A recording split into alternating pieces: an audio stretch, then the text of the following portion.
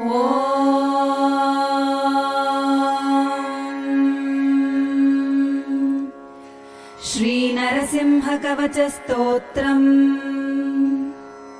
नरसिंहकवचं वक्ष्ये प्रह्लादेनोदितं पुरा। सर्वरक्षाकरं पुण्यं सर्वोपद्रवनाशनम्। सर्वसम्पत्करं चैव स्वर्गमोक्षप्रदायकम्।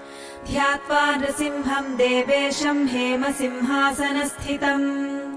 विवृतास्यं त्रिनयनं शरद् इन्दुसमप्रभम्। लक्ष्म्यालिङ्गितवामाङ्गं विभूतिभिरुपाश्रितम्। चतुर्भुजं कोमलाङ्गं स्वर्णकुण्डलशोभितम्। श्रिया सुशोभितोरस्कं रत्नकेयूरमुद्रितम्।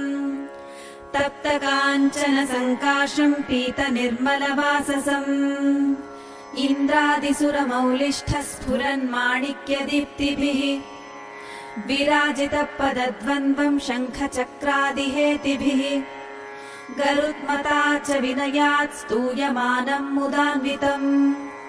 स्वहृत्कमलसंवासं कृत्वा तु कवचं पठेत्। नृसिंहो मे शिरः पातु लोकरक्षात्मसम्भवः। सर्वगोपीस्तम्भवासः फालं मे रक्षतु ध्वनिम्। नृसिंहो मे दृशौ पातु सोमसूर्याग्निलोचनः। स्मृतिं मे पातु नृहरिः मुनिवर्यस्तुतिप्रियः।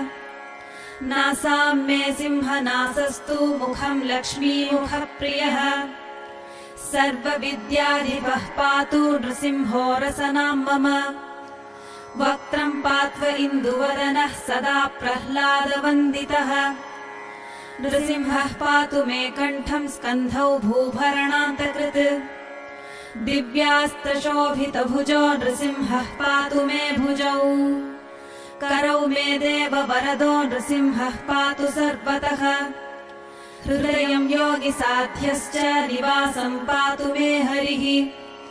मध्यं पातु हिरण्याक्ष वक्षः कुक्षिविदारणः। नाभिं मे पातु नृहरिः स्वनाभिब्रह्मसंस्तुतः। ब्रह्माण्डकोटयः कट्यां यस्यासौ पातु मे कटिम्। गुह्यं मे पातु गुह्यानां मन्त्राणां गुह्यरूपधृक्। ऊरू मनोभवः पातु जानुलीनररूपधृक्। जङ्घे पातु धराभारा हर्ता योऽसौ नृकेसरी। सुरराज्यः प्रदः पातु पादौ मे नृहरीश्वरः। सहस्रशीर्षा पुरुषः पातु मे सर्वशस्तनुम्। महोग्रः पूर्वतः पातु महावीराग्रजोऽग्नितः। महाविष्णुः दक्षिणे तु महाज्वालस्तु नैऋतौ। पश्चिमे पातु सर्वेशो दिशि मे सर्वतोमुखः। नृसिंहः पातु वायव्यां सौम्यां भीषणविग्रहः। ईशान्यां पातु भद्रो मे सर्वमङ्गलदायकः। संसारभयदः पातु मृत्योर्नृकेसरी। इदं नृसिंहकवचं प्रह्लादमुखमण्डितम्। भक्तिमान्यः पठेन्नित्यं सर्वपापैः प्रमुच्यते। पुत्रवान् धनवान् लोके दीर्घायुरुपजायते।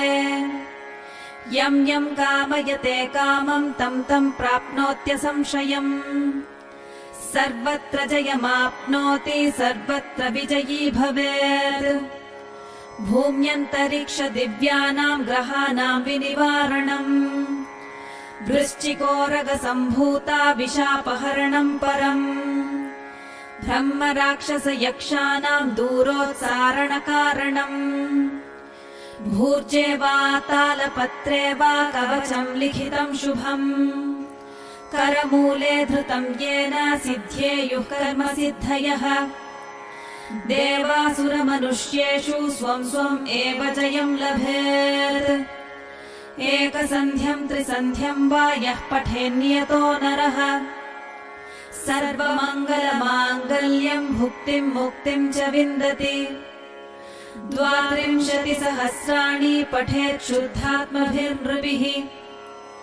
कवचस्यास्य मन्त्रस्य मन्त्रसिद्धिः प्रजायते अनेन मन्त्रराजेन कृत्वा भस्माभिमन्त्रणम् तिलकम् बिभ्रियाद्यस्तु तस्य ग्रहभयम् हरेत् त्रिवारम् जपमानस्तु दत्तम् वार्याभिमन्त्र्य च प्राशयेद्यम् नरम् मन्त्रम् नृसिंहध्यानमाचरेत् तस्य रोगाः प्रणश्यन्ति ये च स्युः कुक्षिसम्भवाः किमत्र बहुनोक्तेन नृसिंहसदृशो भवेत् मनसा चिन्तितम् यत्तु स तच्चाप्नोत्यसंशयम् गर्जन्तम् गर्जयन्तम् निजभुजपटलम् स्फोटयन्तम् हठन्तम् दीपयन्तम् तापयन्तम् दिवि भुवि दितिजम् क्षेपयन्तम् क्षिपन्तम् क्रन्दन्तम् रोषयन्तम् दिशि दिशि सततम् संहरन्तम् हरन्तम्